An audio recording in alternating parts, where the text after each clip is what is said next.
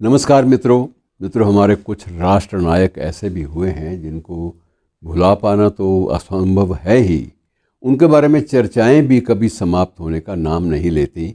और ऐसे ही एक महान स्वतंत्रता सेनानी और महानायक हमारे स्वाधीनता संग्राम के नेताजी सुभाष चंद्र बोस के बारे में कुछ एक बातें आपस में साझी कर लेते हैं।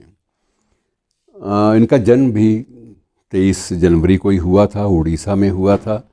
और सबसे बड़ी बात यह है कि उनको अब भी ये माना जाता है कि इतने ज़्यादा कुशल रणनीतिकार और आंदोलनकारी और स्वाधीनता सेनानी, संकल्पबद्ध स्वाधीनता सेनानी थे कि विदेश में जाकर भी इन्होंने अपनी सेना स्थापित की आज़ाद हिंद फ़ौज के नाम से। और उसके आज़ाद हिंद फ़ौज के बैनर के तले स्वाधीनता का संग्राम जो है अपने ढंग से अंग्रेज़ों के सामने लड़ा। ये पहली बार थी कि एक व्यक्ति अपने देश से बाहर जाकर एक सेना का गठन करता है और उस सेना के द्वारा, सेना के माध्यम से ब्रिटिश साम्राज्यवाद को चुनौती देता है। ये एक बहुत बड़ी बात है। और उनका एक वाक्य जो था वो तो बाकायदा एक अमर वाक्य बन गया था कि तुम मुझे खून दो, मैं तुम्हें आज़ादी दूंगा। तो ये एक बहुत बड़ी बात थी और इतने बड़े महानायक को हम लोग कभी भी भूल नहीं पाएंगे। सवाल ही पैदा नहीं होता। अभी तक उनके दिवंगत होने के बारे में भी कोई निश्चित रूप से कुछ भी नहीं आ पाया कि वो कब दिवंगत हुए, ताइपे की विमान दुर्घटना में हुए या उसके बाद भी जीवित रहे। कुछ लोगों ने ये कहा कि उसके बाद वो सोवियत संघ, तत्कालीन पूर्व सोवियत संघ में देखे गए थे। कुछ लोगों का ये कहना है कि वो यहाँ एक सन्यासी के रूप में अपने देश में ही शौलमारी आश्रम के बाबा और अलग अलग नामों से।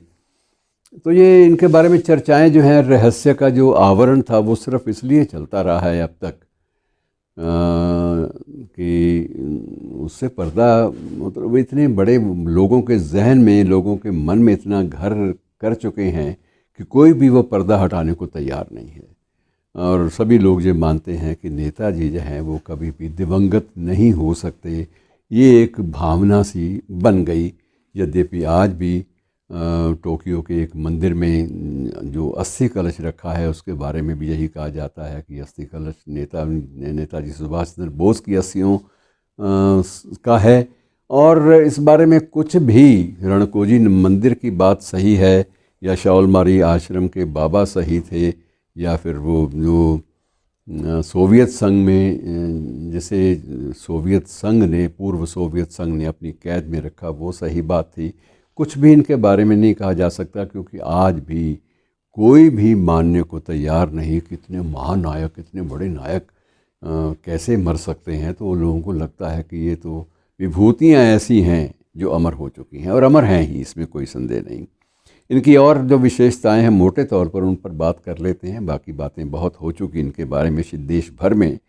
वो इतनी 10 बातें आपके सामने मैं महत्वपूर्ण बातें आपसे बांटता हूँ। एक तो यह है कि वो एक ब्रिलियंट स्टूडेंट थे, मेधावी छात्र थे और उन्होंने स्कूल और यूनिवर्सिटी में सदा प्रथम स्थान ही प्राप्त किया, द्वितीय स्थान पर कभी भी नहीं आए। और उसके बाद इतने ज़्यादा ये ब्रिलियंट थे, इतने मेधावी थे कि इंडियन सिविल सर्विसेज आईसीएस की 1919 में जो परीक्षा हुई थी उसमें उनको चौथा स्थान, पूरे इंडियन सिविल सर्विसेज में चौथा स्थान मिला था। ये बात अलग है कि उन्होंने बाद में त्यागपत्र दे दिया था कि मैं इस ब्रिटिश शासन के अधीन रहकर कार्य नहीं कर पाऊँगा। और उनकी जो एक चर्चा ये भी बड़ी अच्छी है कि वो, यद्यपि उनके बहुत बड़े मतभेद भी महात्मा गांधी से भी रहे, लेकिन 2 बार उन मतभेदों के बावजूद वो 2 बार अखिल भारतीय कांग्रेस समिति के अध्यक्ष, राष्ट्रीय अध्यक्ष भी चुने गए। एक बार तो गांधी जी के मुखर विरोध के बावजूद, लेकिन इस विरोध को उन्होंने कभी भी मन पर नहीं रखा। गांधी जी के प्रति उनके मन में श्रद्धा जो है पूर्ववत बनी रही। आज़ाद हिंद फ़ौज का जब गठन हुआ तो उसमें भी महात्मा गांधी ब्रिगेड के नाम से एक ब्रिगेड भी इन्होंने स्थापित की, क्योंकि ये राष्ट्र नायकों का अपमान करने वालों विवादास्पद चरित्रों में नहीं थे कभी भी। और उसके बाद एक नारा है जो आज भी हम लोग बोलते हैं, आज भी लाल किले की प्राचीर से भी बोला जाता है और लगभग सभी कार्यक्रमों में उसका उल्लेख होता है, जय हिंद। तो ये जय हिंद का जो नारा है ये भी नेताजी ने पहली बार गुंजाया था। और उसके बाद विदेश में रहकर पहली बार अपनी अस्थाई सरकार का गठन भी किया था, अंतरिम सरकार का, इंटरिम गवर्नमेंट भी बनाई थी जिसके स्वयं ये राष्ट्राध्यक्ष थे। अब थोड़ी सी बात इनके विवाह के बारे में। शादी जो थी इनकी एक ऑस्ट्रियन महिला इमाइली से हुई थी। एमिली भी लोग कहते हैं कुछ लोग, और कुछ एमाइली के नाम से भी कहते हैं। तो एक उनकी दोनों की एक बेटी अनीता बोस, जो अनीता पॉन्टिफ, जो स्वयं एक अर्थशास्त्री हैं, वो पिछले दिनों भी भारत में आई थी एक समारोह के, नेताजी के बारे में एक समारोह में मुख्य अतिथि के रूप में भाग लेने के लिए। और उसके बाद जितनी बातें भी आप इनके बारे में किए जाएंगे, सुनते जाएंगे, दर्ज करते जाएंगे, वो ख़त्म होने का नाम नहीं लेंगी। कुल मिलाकर 1921 से 1941 तक नेताजी 11 बार ब्रिटिश जेलों में रहे और एक ही आरोप था कि ये पूर्ण स्वाधीनता की मांग करता है, ये बागी है, ये विद्रोही है। और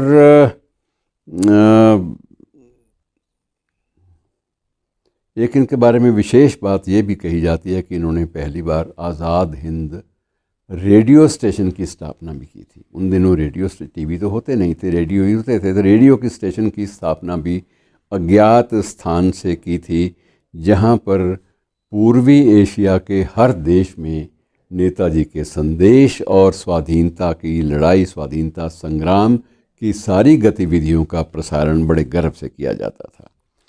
और इसी क्रम में मैं थोड़ा सा ये भी 10वीं बात, सबसे रोचक बात यह है कि इनकी एकमात्र ऐसे महानायक हैं हमारे जिनकी मृत्यु के बारे में अभी तक अंतिम रूप से कोई निर्णय नहीं लिया जा सका। तो ये मित्रों बहुत सारी चीज़ें हैं जिनको याद करते रहना चाहिए, और ऐसी अद्भुत जो शख्सियतें हैं, व्यक्तित्व हैं, वो भी कभी भी भुलाए नहीं जा सकते। धन्यवाद।